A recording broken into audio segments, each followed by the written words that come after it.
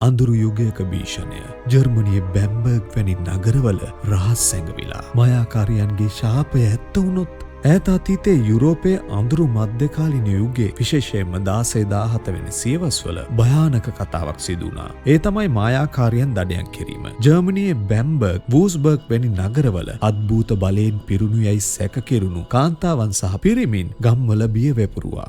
ඔවුන්ට චෝදනා කළේ මන්තර ගුරුකම් කරනවා කියයි. රාත්‍රියේදී ඔවුන් යක්ෂයා සමග එක්ව නටනවා කියාත් මිනිසුන්ට ලෙඩ රෝග සහ විපත් කරනවා කියාත් කතා පැතිර ගියා. ඒ කාලේ ස්කොට්ලන්තයේ 4 වන ජේමිස් රජු වැනි පාලකයන් පවා මේ මායාකාරයන් ගැන බියෙන් හිටියා. ඔහු ඩීමොලොජි නමින් පොතක් පවා ලිව්වා. ගම්මු බියෙන් වෙවුලමින් මෙම කාන්තාවන්ව අල්ලා ගත්තා. ඔවුන් රහස් කාමරවලට ගෙන ගොස් දරුණු වද බන්ධන කළා. "ඔව් අපි මායාකාරයන්" කියා ඔවුන් ලවා බලහත්කාරයෙන් කියෙව්වා. අන්තිමේදී මේ අහිංසක මිනිසුන්ව ගිනි ගොඩවල් මැද පුළුස්සා දැමුවා. සැලෙම් වැනි ඇමරිකානු ගම්මානවල පවා මේ බිය පැතිර ගියා. ඔවුන්ගේ කෑගැසීම් සුළඟට මුසු වී මුළු නගරයම බියෙන් කම්පා කළා. මේ බියසුණු සිදුවීම් වලින් පස්සේ ගම්මාන පාළු වුණා. බිය සහ සැකය හැම තැනම පැතුරුණා. අදටත් ඒ අඳුරු මතකයන් අපේ හදවත් වල තියෙනවා. ඒ නිසා අපි හැම විටම මතක තියාගන්න ඕනේ බිය සහ සැකය කොච්චර භයානකද කියලා. ඒත් ඔබ කවදා හෝ හිතුවාද